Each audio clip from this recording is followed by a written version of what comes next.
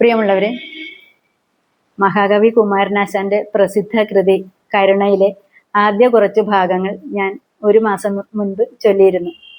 കൃതിയിലെ നായിക വാസവദത്തയെയും നായകൻ ഉപഗുപ്തനെയും പരിചയപ്പെടുത്തുന്ന ഭാഗങ്ങളായിരുന്നു അന്ന് ചൊല്ലിയത്. പരിചയപ്പെടുത്തുക മാത്രമല്ല, വാസവദത്ത ഉപഗുപ്തനെ കണ്ട് മോഹിച്ച് തൻ്റെ തോഴിയെ പറഞ്ഞയക്കുന്നു അദ്ദേഹത്തെ വിളിക്കാൻ. എന്നാൽ അദ്ദേഹം സമയമായില്ല, വാസവദത്തയുടെ അടുത്തെത്താൻ സമയമായില്ല എന്ന മറുപടി കൊടുത്ത് ആ മറുപടി കേട്ട് അവൾ നിരാശപ്പെട്ടിരിക്കുന്ന ഭാഗം വരെയാണ് ഞാൻ ഇതിനു മുമ്പ് ചൊല്ലിയിട്ടുള്ളത്.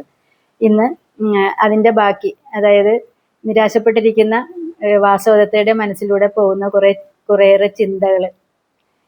ശ്രീബുദ്ധൻ്റെ ശിഷ്യനാണല്ലോ നമ്മുടെ ഉപഗുപ്തൻ. അപ്പോൾ ഗുരുവായ ശ്രീബുദ്ധൻ അനുവദിക്കാത്തത് കൊണ്ടായിരിക്കാം ഇദ്ദേഹം എൻ്റെ അടുത്ത് വരാത്തത്. അതുമല്ലെങ്കിൽ അദ്ദേഹത്തിൻ്റെ അടുത്ത് ധനമില്ലാത്തത് കൊണ്ടായിരിക്കാം. വാസവദത്തെ പോലെ ഒരു സ്ത്രീയുടെ അടുത്ത് വരണമെങ്കിൽ ധാരാളം പണം വേണം. അന്നേരം പണം ഇല്ലാത്തത് കൊണ്ടാവാം ഉപഗുപ്തൻ വരാൻ കൂട്ടാക്കാത്തത് എന്ന് തുടങ്ങി ചില ചിന്തകളൊക്കെ അവളുടെ മനസ്സിലൂടെ പോകുന്നുണ്ട്. അങ്ങനെ അവളുടെ തോഴിയോട് സങ്കടങ്ങൾ പറയുകയാണ്.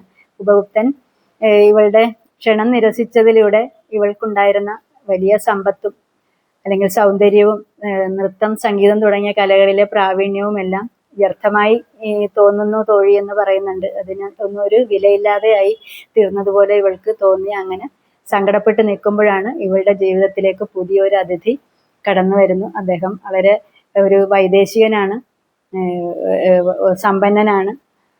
പിന്നെ ഒത്തിരി അദ്ദേഹത്തിൻ്റെ വരവിനെയും അദ്ദേഹത്തിൻ്റെ ആഭരണങ്ങളും വേഷവിധാനത്തിനെയൊക്കെ കവി വളരെ ഗംഭീരമായിട്ട് തന്നെ കവിതയിൽ വർണ്ണിക്കുന്നുണ്ട്. അത് ഞാൻ ചൊല്ലുമ്പോൾ നിങ്ങൾ ശ്രദ്ധിച്ചാൽ മനസ്സിലാവും. അപ്പോൾ ഇദ്ദേഹത്തെ കണ്ട ഉടനെ ഇവള് വളരെ ഉപചാരപൂർവ്വം സ്വീകരിച്ച് ആനയിച്ച് ഇവളുടെ മണിയറയിലേക്ക് കൂട്ടിക്കൊണ്ടു പോയി എന്ന് പറയുന്ന അത്ര ഭാഗം വരെയാണ് ഞാനിന്നിവിടെ ചൊല്ലുന്നത്. കമനീയ കായകാന്തി കലരും ജനമിങ്ങനെ കമനീ വിമുഖമായാൽ കഠിനമല്ലേ. കമനീയ കായകാന്തി കലരും ജനമിങ്ങനെ കമനീ വിമുഖമായാൽ കഠിനമല്ലേ. ഭാസുര നക്ഷത്രം പോലെ ഭംഗിയിൽ വിളങ്ങിടുന്ന കേസരമുകുളമുണ്ടോ ഗന്ധമില്ലാതെ. അഥവാ കഷ്ടമി യുവാവശ്രവണഹതകന്റെ കഥയില്ലായ് മകൾ കേട്ട് കുഴങ്ങുന്നുണ്ടാം. അവസരം നോക്കുന്നുണ്ടാം യമരാജ്യത്തിലാശാഖ്യസ്ഥവിരന് പോയൊതുങ്ങാൻ സ്ഥലമില്ലല്ലേ. അനുനയം ചൊൽവാൻ ചെവി തരുന്നുണ്ടോ സഖി, അവൻ അനുരാഗാംബുരം വാക്കിൽ സ്ഫുരിക്കുന്നുണ്ടോ. അനുനയം ചൊൽവാൻ ചെവി തരുന്നുണ്ടോ സഖി, അവൻ അനുരാഗാംബുരം വാക്കിൽ സ്ഫുരിക്കുന്നുണ്ടോ. വിവിക്തദേശത്തിൽ തന്നെ വചിച്ചിതോ ദ്യൂത്തമിന്റെ വിവക്ഷിതമറിഞ്ഞെല്ലാം പറഞ്ഞിതോ നീ. യതി മര്യാദയിൽ തന്നെ അവനോർക്കിൽ ക്ഷണിക്കുമെൻ ഭവനത്തിൽ വന്ന ഭിക്ഷ ഗ്രഹിക്കാമല്ലോ. അത് ചെയ്യുമായിരുന്നാൽ അത്രമാത്രമായി മിഴിക്കാം മധുരാകൃതിയെ നോക്കി ലയിക്കാമല്ലോ. അത് ചെയ്യുമായിരുന്നാൽ അത്രമാത്രമായി മിഴിക്കാം മധുരാകൃതിയെ നോക്കി ലയിക്കാമല്ലോ.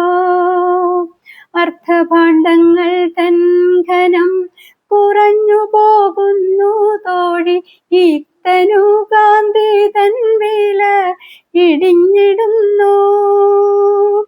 അർത്ഥഭാണ്ഡങ്ങൾ തൻ ഘനം കുറഞ്ഞു പോകുന്നു തോഴി, ഇത്തനു കാന്തി തൻ വില ഇടിഞ്ഞിടുന്നു.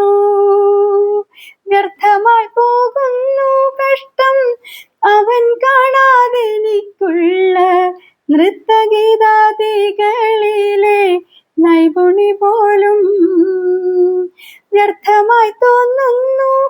നഷ്ടം അവൻ കാണാതെനിക്കുള്ള നൃത്തഗീതാദികളിലെ നൈപുണി പോലും കുലനയവിരുദ്ധമായി കൊഴുക്കുമൻ പ്രണയത്തിൽ നിലനായികയിൽ കണ്ട് ഹസിച്ചു ദൂതി. ചലതല കാഞ്ചലയായി ചാപലമീതരുതെന്ന് തലവിലങ്ങനെയാട്ടി തിരസ്കരിച്ചു. അബദ്ധത്തിൽ നായികയെ നയിക്കും കുട്ടിനി മതി ഉപദേശ സംരംഭം നീ ഉരിയാടേണ്ട. അബദ്ധത്തിൽ നായികയെ നയിക്കും കുട്ടിനി മതി ഉപദേശ സംരംഭം നീ ഉരിയാടേണ്ട. മടയരില്ല ലോകത്തിൽ മുറയുരയ്ക്കാത്തതായി പടുപാട്ടൊന്നു പാടാത്ത കഴുതയില്ല. മടയരില്ല ലോകത്തിൽ മുറയുരയ്ക്കാത്തതായി പടുപാട്ടൊന്നു പാടാത്ത കഴുതയില്ല.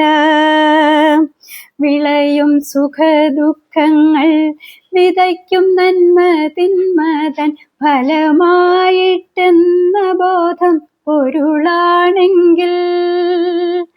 വിളയും സുഖദുഃഖങ്ങൾ വിതയ്ക്കും നന്മ തിന്മതൻ ഫലമായിട്ടെന്ന ബോധം പൊരുളാണെങ്കിൽ.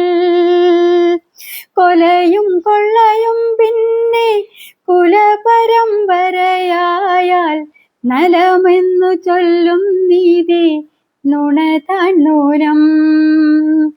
കൊലയും കൊള്ളയും കൂടെ കുലപരമ്പരയായാൽ നലമെന്നു ചൊല്ലും നീതി നുണതാൻ നൂനം.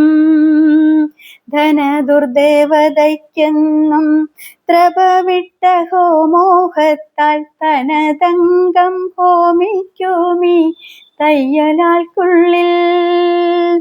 ധനദുർദേവതയ്ക്കെന്നും ത്രപവിട്ട ഹോമോഹത്താൽ തനതങ്കം ഹോമിക്കുമീ തയ്യലാൾക്കുള്ളിൽ. അനവദ്യ സുഖദമാം അനുരാഗാങ്കുരം വര തനിയെ പിന്നതു വന്നാൽ വരമല്ലല്ലേ. അനവദ്യ സുഖദമാം അനുരാഗാങ്കുരം വര തനിയെ പിന്നതു വന്നാൽ വരമല്ലല്ലേ. കതിരവനുടെ ചെറു കിരണവും കാമ്യമല്ലേ. അതിമാത്രമിരുൾ മൂടും അന്ധകൂപത്തിൽ. കതിരവനുടെ ചെറു കിരണവും കാമ്യമല്ലി. അതിമാത്രമിരുൾ തങ്ങും അന്ധകൂപത്തിൽ.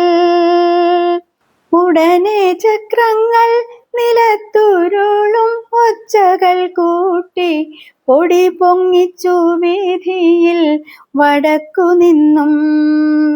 ആനദാഗ്രമായ കൊമ്പിൽ പൂവണിഞ്ഞും തിരയിന്മേൽ ഫേനപിണ്ഡം പോലെ പൊങ്ങും പോഞ്ഞു തുള്ളിച്ചും. കിലുകിലെ കിലുങ്ങുന്ന മണിമാലയാർന്ന കണ്ഠം കുലുക്കിയും കുതിച്ചാഞ്ഞ് താടയാട്ടിയും. കാളരണ്ടും വലിച്ചോരു കാഞ്ചനക്കളിത്തേരോടി മാളികതൻ മുൻപിലിതാ വന്നണയുന്നു. വാതുക്കലായുടനഗ്രം വളഞ്ഞു കിന്നരി വെച്ച പാതുകങ്ങൾ പൂണ്ടും പട്ട് തലപ്പാവാർന്നും. കാതിൽ വജ്രകുണ്ടലങ്ങൾ മിനുക്കിയണിഞ്ഞും കൈകൾ മോതിരങ്ങൾ തൻ കാന്തിയിൽ കഴുകിക്കൊണ്ടും. തങ്കനൂൽ കുടുക്കിയന്ന് തനി മഞ്ഞ നിറമാർന്നൊരങ്കിയാൽ തടിച്ചിരുണ്ട തടിമറച്ചും. കരയാർന്ന ചെങ്കൗശേയം ഞൊറിഞ്ഞു കുത്തിയുടുത്ത് പുറങ്കാൽ വരെ പൂങ്കച്ചം ഞാത്തിപ്പാറിച്ചും പൊന്നരഞ്ഞാൻ തുടൽ പുറത്തടിയിച്ചു മിരുപാടും മിന്നുമുത്തരിയം നീട്ടി മോടിയിലിട്ടും മണിത്തേരതിൽ നിന്നതി സുഭഗം മഞ്ഞനാമൊരു വണികൊരൻ വൈദേശികൻ ഇറങ്ങി നിന്നു. അതു കണ്ടുടനെ ദൂതിയ തരുണി മണിയെ സസ്മിതം നോക്കി കടക്കണ്ണാൽ ആജ്ഞയും വാങ്ങി. പതിവുപോൽ ഉപചാരപരമായി പോയകത്തേക്കായി അതിഥിയെ എതിരേറ്റ് സൽക്കരിക്കുവാൻ ആസനം വിട്ടുടൻ മെല്ലെ എഴുന്നേറ്റു വഴിയേതാൻ വാസവദത്തയും മണിയറയിലേക്കായി. ആസനം വിട്ടുടൻ മെല്ലെ എഴുന്നേറ്റു വഴിയേതാൻ വാസവദത്തയും മണിയറയിലേക്കായി.